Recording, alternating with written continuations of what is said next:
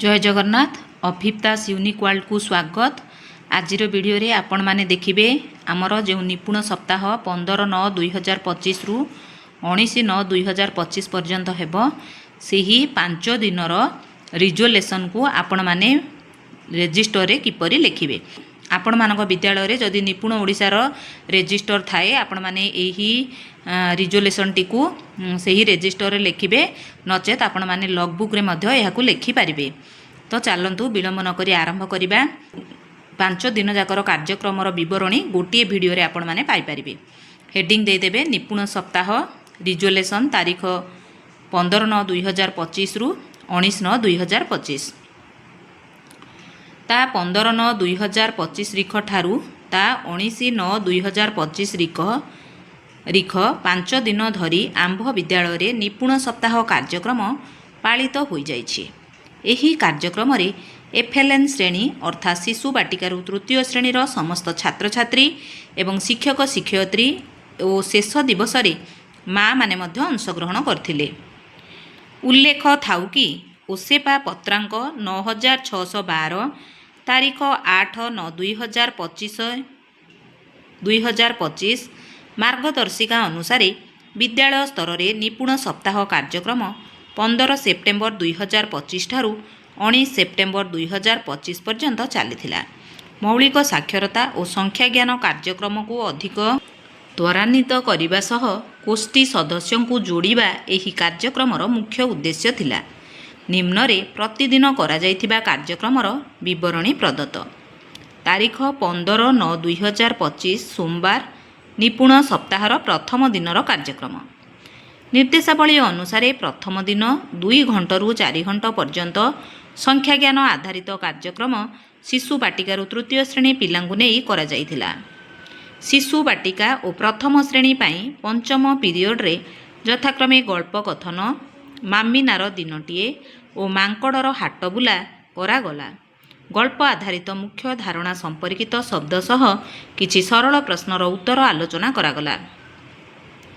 द्वितीय और तृतीय श्रेणी पाई पंचम पीरियड रे प्रथम शिक्षण कार्य यथाक्रमे अजांक मन बदलिला और पूजारे मजा गल्प कथन सह धारणा संपर्कित शब्द और प्रश्नर आलोचना करागला।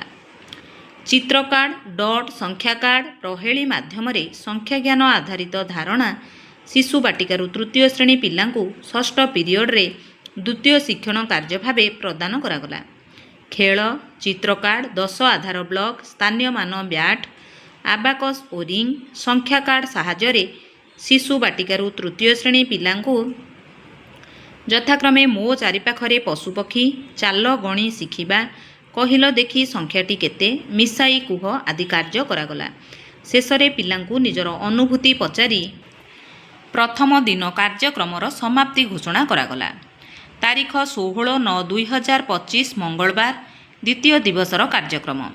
निपुण सप्ताह द्वितीय दिवस रे संख्या ज्ञान आधारित कार्यक्रम अपराह्न 2 घंटू 4 घंटा पर्यंत करा जाइथिला। शिशु बाटिका और प्रथम श्रेणी पाई आई माँ कहानी गल्प कथन सह धारणा संपर्कित शब्द तत्सहित धारणा आधारित प्रश्न पचारि शिक्षार्थी मनरे शिक्षयित्री संख्या ज्ञान शिक्षा प्रति आग्रह सृष्टि कराइथिले। द्वितीय एवं तृतीय श्रेणी पाई यथाक्रमे गल्प कथन मामू आसिले केते मजा और 2 सांग माध्यम धारणा संपर्कित शब्द और प्रश्नोत्तर पचरागला। शिशु बाटिका और प्रथम श्रेणी को प्रहेली संख्या कार्ड माध्यम एवं द्वितीय तृतीय श्रेणी को प्रहेली कार्यफल माध्यम संख्या ज्ञान प्रदान करागला। शिशु बाटिका और प्रथम श्रेणी को शेष पीरियड रे आस आमे 5 इंद्रिय को जानिबा और तृतीय चतुर्थ श्रेणी पाई मिसाई कुह कार्य को करागला। एथिसह द्वितीय दिवसर कार्यर समाप्ति करागला। ता 17/9/2025 बुधवार तृतीय दिवसर कार्यक्रम। सांग माने आपण माने भल भाबे जानिछंती आमर एही निपुण सप्ताहर तृतीय एवं चतुर्थ दिवस रे भाषा ज्ञान आधारित कार्यक्रम कराजिबो।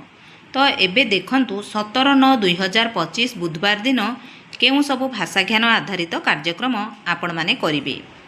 निपुण सप्ताहर तृतीय दिवस रे भाषा ज्ञान आधारित कार्यक्रम करा जाइथिला। शिशु बाटिका और प्रथम श्रेणी पिलामानंकु गप बही ଆଞ୍ଚଳିକ ଗପ, କଣ୍ଢେଇ ଓ ମୁଖା ବ୍ୟବହାର କରି ଗପ ସମ୍ବନ୍ଧୀୟ ପ୍ରଶ୍ନୋତ୍ତର ଆଲୋଚନା, ମନ ପସନ୍ଦର ଚିତ୍ର କରି ଚିତ୍ରରେ ରଙ୍ଗ ଦେବା କାର୍ଯ୍ୟ, ଚିତ୍ର ଆଧାରିତ ପ୍ରଶ୍ନୋତ୍ତର, ଚଢ଼େଇ ଫୁର୍ ଖେଳ, ଭଲ ଓ ଖରାପ ଖାଦ୍ୟ ବିଷୟରେ ଜାଣିବା ଆଧାରିତ କାର୍ଯ୍ୟକ୍ରମ କରାଯାଇଥିଲା। ପିଲାମାନେ ଖୁବ୍ ଉତ୍ସାହର ସହ କାର୍ଯ୍ୟକ୍ରମରେ ସକ୍ରିୟ ଅଂଶଗ୍ରହଣ କରିଥିଲେ। ଦ୍ୱିତୀୟ ଓ ତୃତୀୟ ଶ୍ରେଣୀ ଶିକ୍ଷାର୍ଥୀମାନଙ୍କ ପାଇଁ ଆଞ୍ଚଳିକ ଗଳ୍ପକଥନ, ଶବ୍ଦ ଅନ୍ତାକ୍ଷରୀ, ଲେଖ ଓ ଅଭିନୟ କର, ଧନ୍ଦା ଓ ପ୍ରହେଳୀ, ଚିତ୍ର କର ଓ ରଙ୍ଗ ଦିଅ ଆଦି କାର୍ଯ୍ୟକ୍ରମ କରାଯାଇଥିଲା। ପିଲାଙ୍କ ସକ୍ରିୟ ଅଂଶଗ୍ରହଣ ଥିଲା। ଶେଷରେ କାର୍ଯ୍ୟକ୍ରମର ସମାପ୍ତି କରାଯାଇଥିଲା। ବର୍ତ୍ତମାନ ଦେଖିବା 18/9/2025 ଗୁରୁବାର, ଯାହାକି ଚତୁର୍ଥ ଦିନ ରହିଛି।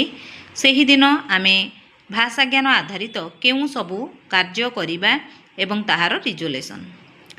ନିପୁଣ ସପ୍ତାହର ଚତୁର୍ଥ ଦିବସରେ ଶିଶୁ ବାଟିକା ଓ ପ୍ରଥମ ଶ୍ରେଣୀ ପିଲାଙ୍କ ପାଇଁ କବିତା ଆବୃତ୍ତି, ଚିତ୍ର ଅକ୍ଷର ଖେଳ, ପାହାଡ଼ ନଈ ଖେଳ, ଆସ ଶୁଣିବା, ଛବି ଖୋଜିବା, ମୋ କଥାକୁ ମାନ, ସ୍ତମ୍ଭ ମେଳନ ଆଦି କାର୍ଯ୍ୟକ୍ରମ କରାଯାଇଥିଲା। ଦ୍ୱିତୀୟ ଓ ତୃତୀୟ ଶ୍ରେଣୀ ପିଲାଙ୍କ ପାଇଁ କବିତା ଆବୃତ୍ତି, ଶବ୍ଦ ଗଠନ, ରଙ୍ଗ ଖେଳ, ମୂର୍ତ୍ତି ଖେଳ, ଅଭିନୟ ଆଦି ଭାଷାଜ୍ଞାନ ଆଧାରିତ କାର୍ଯ୍ୟକ୍ରମ କରାଯାଇଥିଲା। ପିଲାମାନେ ମନ ଖୁସିରେ କାର୍ଯ୍ୟ କରିବା ସହ ଚତୁର୍ଥ ଦିବସ କାର୍ଯ୍ୟର ସମାପ୍ତି ହୋଇଥିଲା।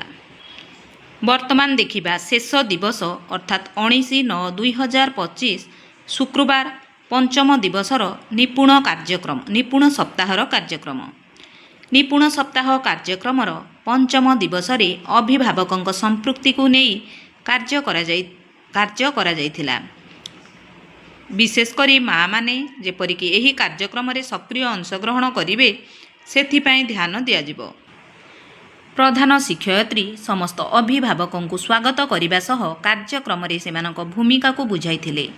ଏହା ଅପରାହ୍ନ 2ଟାରୁ 2ଟା15 ମଧ୍ୟରେ କରାଯାଇଥିଲା।